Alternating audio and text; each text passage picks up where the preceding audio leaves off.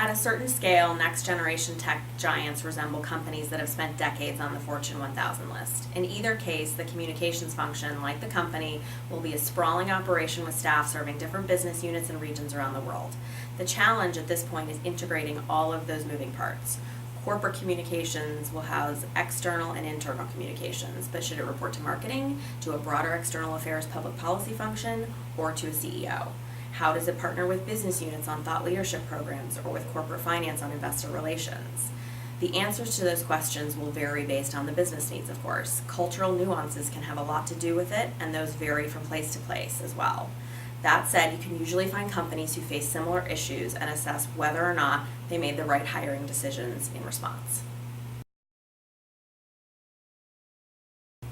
In an average week, I speak to dozens of top communicators in the Bay Area to keep up on who is hiring for what roles and, more importantly, what needs are being met.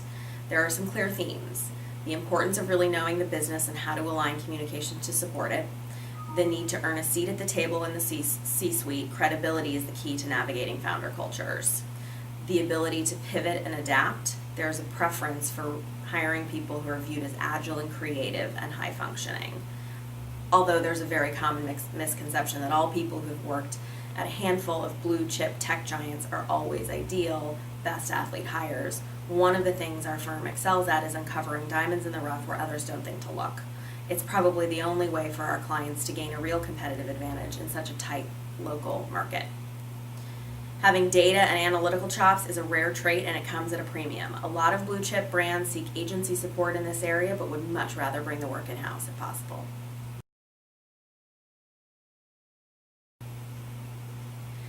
One key value proposition we offer clients is a stable presence at the heart of the tech sector. We know the West Coast market, coupled with a broader global presence.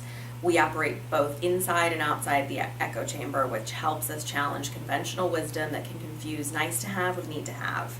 We meet regularly in New York, DC, Austin, Chicago, London with amazing communicators who have relevant experience. Many are eager to relocate to the epicenter of the tech industry, and others would be great candidates to join or build regional communications teams outside the Bay Area. With deep experience in politics, government, from the halls of Congress to the White House, would be amazing additions to mature companies pivoting to emphasize public policy and government relations. Whether a company is planning its first communications hire, building a team, or contemplating a major reorganization across offices and functions, it makes sense to work with a partner who can speed up the process, present a diverse pool of candidates, and serve as an impartial sounding board. Tech companies, particularly B2C ones, might assume that great candidates will come to them based on the prestige of their brands alone, and that happens. But having such a recognizable brand and not wanting to put it at risk is also a good reason to work with someone who can help you navigate the current market, help differentiate between those who look good and are good, or convince star candidates not actively looking to consider an opportunity.